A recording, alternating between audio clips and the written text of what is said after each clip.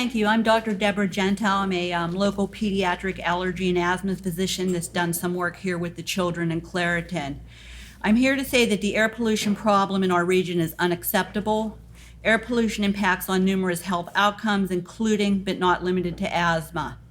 I previously conducted a study of 1,200 school children residing near point sources of pollution in Allegheny County, including the Clairton Coke Works. A disproportionate number of these children were minority and poor. Overall, almost 40% were exposed to annual mean daily PM 2.5 levels above the EPA threshold, and 70% were exposed to levels above the more stringent World Health Organization threshold. The prevalence of physician-diagnosed asthma was 22.5%, which is more than double the rates of 8 to 10% reported nationally and statewide. I recently provided asthma care to 15 students from the Clairton School District that participated in a research study. At the January visit following the fire, 5 of these children experienced worsening asthma that required escalation of medical therapy. In comparison, none of the 11 children enrolled in the same study in Hazelwood, which was outside of the warning area, experienced worsening asthma.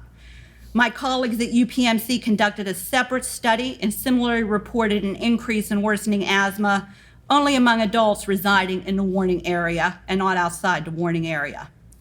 I'm now going to present some recent data that I just collected over the last several weeks.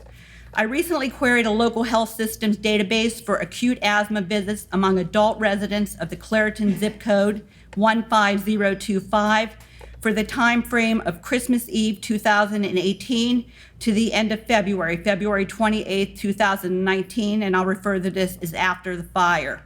In comparison, I queried the data from Christmas Eve of 2017 to the end of February 28, 2018, at the time period before the fire.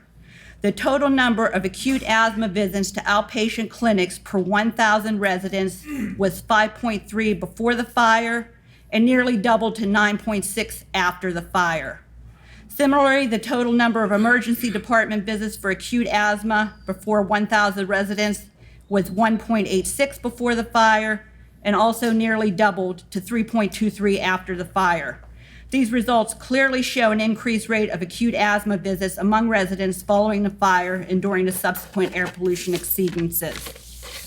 In closing, I want to emphasize that asthma is a multifactorial disease that is caused by a variety of genetic environmental factors.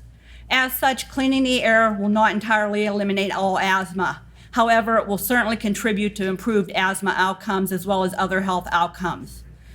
Finally, we are all breathing this region's polluted air.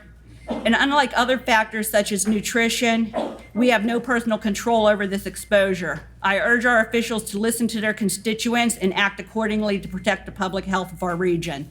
Thank you. Thank you for your comment.